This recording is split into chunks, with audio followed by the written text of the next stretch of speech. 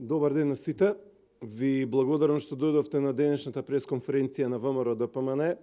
Оваа пресконференција на ВМРО ДПМН е посветена на скандалот и случајот Рекет, поврзан со милиони и милиони евра изнуда, случај кој што ја интересира македонската јавност и случај за кој што има огромен број на неодговорени прашања. Еве неколку прашања кои што треба да ги одговори Зоран Заев, кои што треба да ги одговорат министрите на Заев и прашања кои што треба да ги одговорат најблиските соработници на Зоран Заев. Почитувани присутни, почитувана македонска јавност.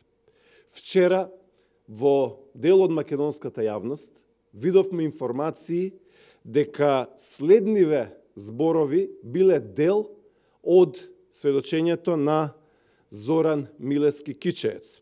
Прашањето е следно. Дали следниве зборови се навистина зборови на сведочење на Зоран Милевски Кичеец? Во тие зборови кои што ги прочитавме, а за кои што чекаме потврда дали тоа навистина е судењето на Кичеец, се вели, цитирам: "Да, се сеќавам, беше 11 часот навечер кога ми се јави Бојан. Почна да вика по мене дека јас и Јордан Камчев сме го наместиле, разбрал дека Камчев дошол да го пријави случајот во влада, викаше дека тој нема ништо со парите, дека тој не земал ниту денар, викаше дека најпрво го форсирал да помогне, а после тоа го пријавил и така натаму и така натаму." Прашањето е, дали е ова веродостојно сведочење и дали се ова вистинските зборови на Зоки Кичеец? Ако се ова вистинските зборови на Зоки Кичеец, тогаш прашањето е следно. Дали и кој од врвот на власта на Зоран Заев му доставил податоци на Бојан Јовановски за истрагата на МВР и дека тој е всушност осомничено лице? Уште еднаш, дали ако навистина ова е веродостојно сведочење на Зоки Кичеец, дали и кој од врвовите на власта на Зоран Заев му доставил информации на осомничениот Бојан Јовановски дека има истрага против него?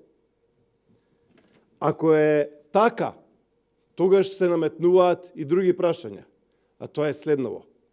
Дали и кога и колку пати Зоран Заев се среќавал со Боки Јовановски, односно Боки 13 и Зоран Милевски Кичеец?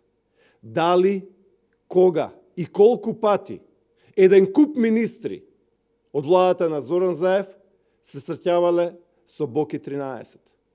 Тоа се важни прашања кои што се наметнуваат, тоа се прашања на кои што македонската јавност со право чека одговор. Уште еднаш, ако ова навистина е веродостоен извадок од сведочењето на Зоки Кичеец, Зоран Заев и неговите министри треба да одговорат на многу незгодни прашања.